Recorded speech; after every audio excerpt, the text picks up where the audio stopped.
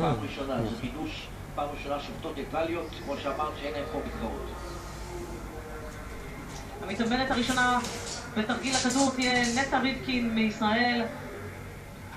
במוקדמות הייתה לה איזושהי נפילה באמת דווקא באלמנט, דווקא ברגע לא קשה בתרגיל, וזה שיבש מאוד את הדירוג שלה. היא סיימה את תרגיל הכדור במקום ה-18, שהוא מאוד לא אופייני גם לריבקין, שהיא כמעט תמיד בתוך העשירייה הראשונה בכל המכשירים, בכל התחרויות.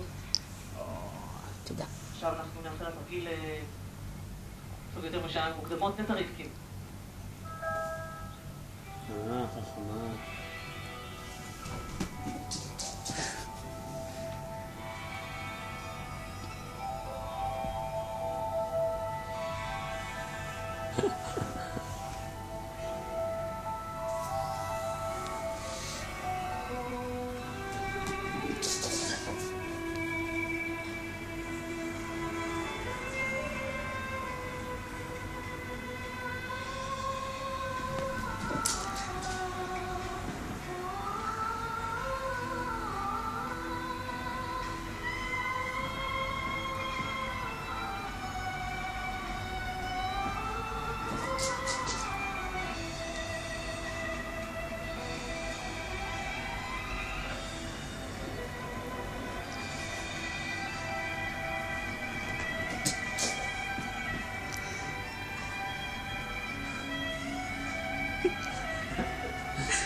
אתה מטייפת.